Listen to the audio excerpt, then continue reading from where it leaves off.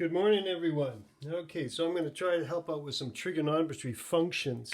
And let's begin with setting up our x and y axis. X and y. And the example they give on Cyber is they give a line, an angle here. Okay, so let's begin with this. They give a point here, okay, and they call the point P. Now we know every point has an x value and a y value.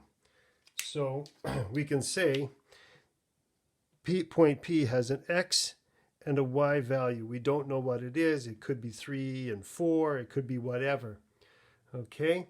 And now this is the angle that we're looking at here, is this one here. What they're suggesting here, this is a standard position. Starting here, that standard is where it starts on the axis and moves in that direction. They give this as an R. Well, why did they give it as an R? What they're suggesting here is if you made a circle, and it's not going to be a perfect circle because I'm doing this freehand. If you made a circle, and this would be the center point, we can say this is a radius R. Okay. Then they say, well, this distance here is actually the y distance, isn't it? Here's y-axis. So if we move that over, here's our y. And then this section here is our x distance. When we're dealing with sine, we are dealing with the opposite over the hypotenuse. So therefore, the sine in this case is y over r. The opposite from here over that. The cosine is the adjacent, which is x over r.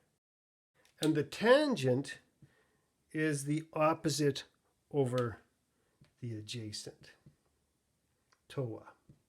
So in this, if this was any angle, it doesn't matter if we could move all this around, and I'll do so real quick, okay?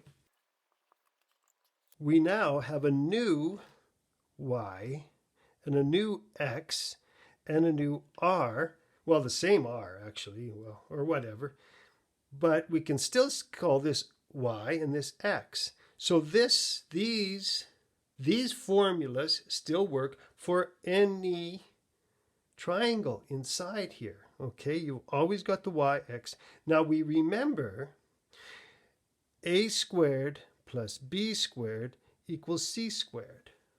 Okay, so in this case though, a and b are the legs, right? It's a right angle triangle, so we can do this. A and b would be, x and y would be a and b, and it doesn't matter which. So you could say x squared plus y squared equals, and then here, c is actually r squared. So this is the other big thing that they do to help us solve for things, okay? Okay, so this is x and y, so that means x distance here is 8, and this distance over here is 15. So we got 8 and 15. Well, now, I'll get rid of this so there's no confusion here. 8 and 15. Okay, well, this is x and y, or a and b, right? So we got x squared plus y squared equals r squared, and here's our r. So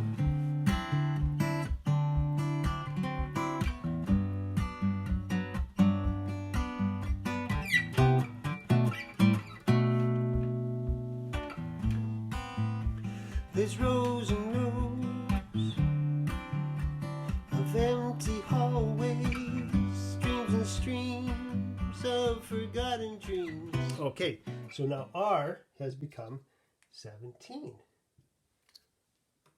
So then they say, okay, go back and they say, well, look at our functions, if you will. Sine of theta, the sine of this angle is, okay, well, they want you to have your reference, y over r, which is going to be 15 over 17. Okay? And the cosine, which is x over r, is going to equal 8 over 17. And the tangent is opposite, which is y over x, which is 15. We've been keeping that together. Okay, again, here's our functions, and here is our triangle we're dealing with, and the angle that we're dealing with. Okay, so what do we do in this case? Because it's going down, we still have an x and a y, okay? And we have our theta, and we have our radius. Okay, so our reference is still the same. The sine is still going to be opposite over radius. Our cosine is going to be adjacent over radius, and our tangent is going to be opposite over our adjacent, y over x. Okay, but one of the things you want to notice here is the positive and negative. So if you notice in this case here, x is positive, and well, r is always positive. Okay, r is always going to be positive. The keys are these ones. X is positive, but y's are negative. So in this case here, the sign is actually going to be a negative. Okay, cosine is going to be positive, and the tangent is going to be, again, because there's a negative here, the tangent is going to be negative. Okay, so well, now let's do some math to show what that means. Okay, so in this case here, the only positive one is the c, the cosine. This is positive. Okay, okay, let's say our cosine, they give us the example that the cosine of this theta, so cosine of this theta is equal to 5 over 7. Okay, and it's in the fourth quadrant, so they've drawn that for us. Okay, well, we go back here. That means if x and r, the x becomes 5, and the r is actually 7. Okay, so now we're supposed to determine the tangent and the sine. So again, we can use Pythagoras to do this because we've got two sides, so we can solve it for this. So we've got 5 squared plus y squared is equal to r squared, which is 7 squared. So 25 plus r squared equals 49. R squared equals, we minus that, equals 24. So y is equal to the square root of 24. Oh, okay, well, what is the square root of 24? Y is equal to 4 times 6. So y is equal to 2 root 6. That's our answer. Okay? But we also recognize that because it's in this section here, the y value is negative. Okay? When we go back to draw the tangent of theta is negative 2 root 6 over top of 7. This is the answer for that.